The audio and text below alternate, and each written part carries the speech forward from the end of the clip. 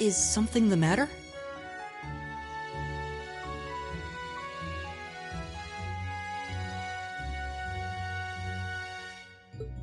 You're just a ragtag bunch of nobodies, aren't you?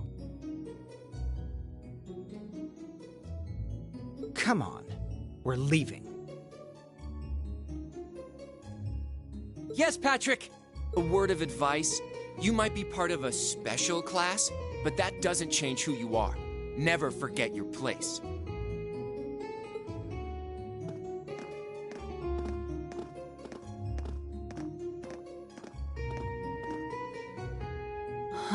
So they're from one of the upper classes. This is why I hate talking to them. Unfortunately, that attitude is all too common among the nobles. Thank goodness Laura and Eustace aren't like that.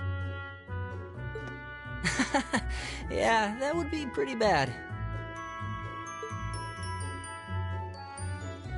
That's the infamous dormitory number 1, where all the nobility lives. It's supposed to be super fancy inside, with maids and butlers and everything. Wow, really?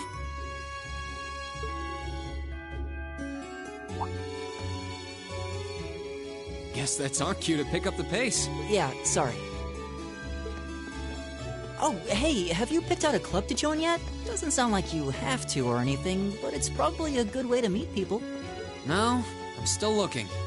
It's hard to decide on one.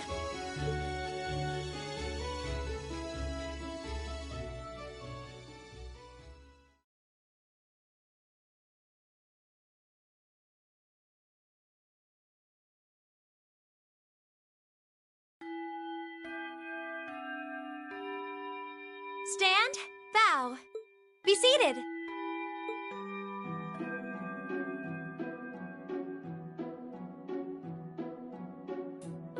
As I'm sure you're all well aware, the Erebonian Empire was driven to the brink of collapse roughly 250 years ago.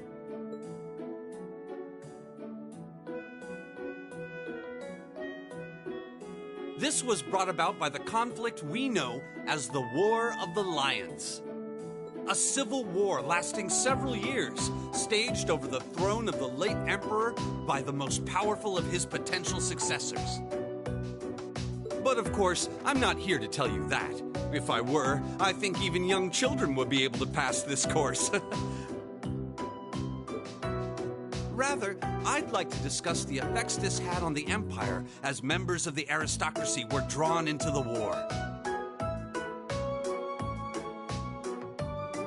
Many hired mercenaries turned to looting and pillaging, and a similar trend could even be seen among some of the knights.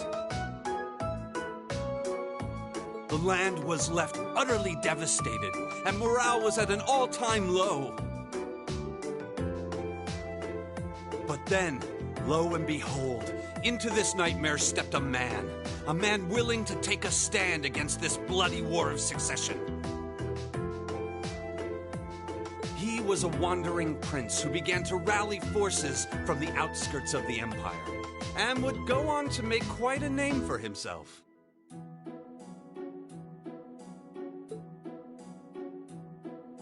And that name, of course, was Dreikel's Rhysei Arnor. He would later become known as Dreikel's the Lionheart, the 73rd Emperor of Erebonia, and father of the Renaissance.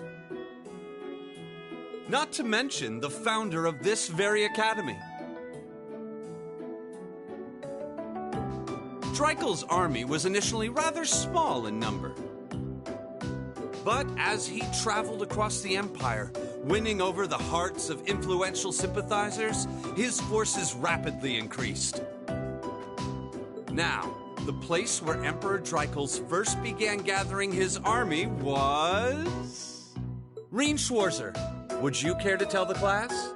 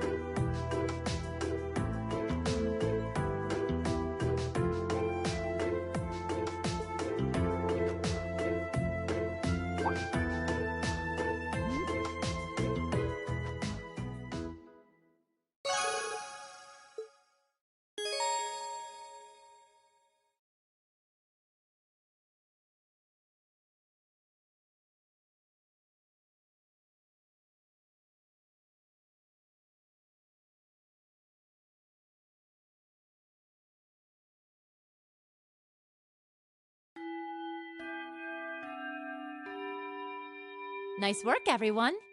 You made it through another grueling day of classes. In case you've been living under a rock, please don't forget that tomorrow is your first free day.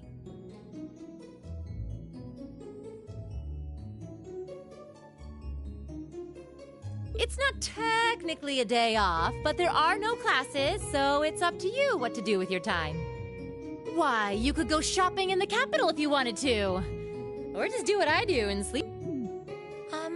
Will the Academy's facilities still be open for our use? Yes, I'd like to be able to use the free study area in the library myself. Of course! This school shuts down for no one, so feel free to patronize any and all facilities as you like. A lot of clubs have meets scheduled for these free days as well, so anyone who's joined one should probably check on that. I see. I'll be certain to do so.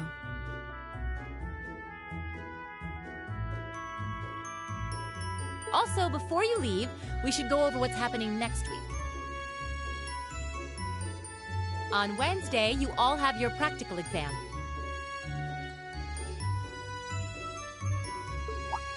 A practical exam? What does that entail exactly? It's part of your combat training.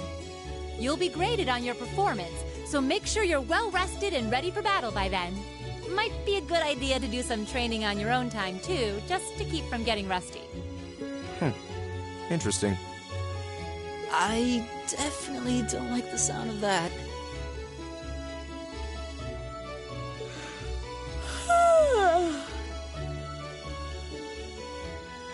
Oh, and one more thing. After the practical exam is over, I've got another important announcement about a major part of Class 7's curriculum that I haven't mentioned at all yet. What? Here it comes.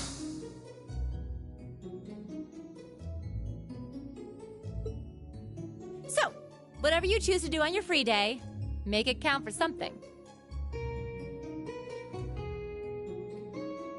That concludes today's homeroom. Machias, if you'll do the honors. Yes, instructor. All rise. Bow.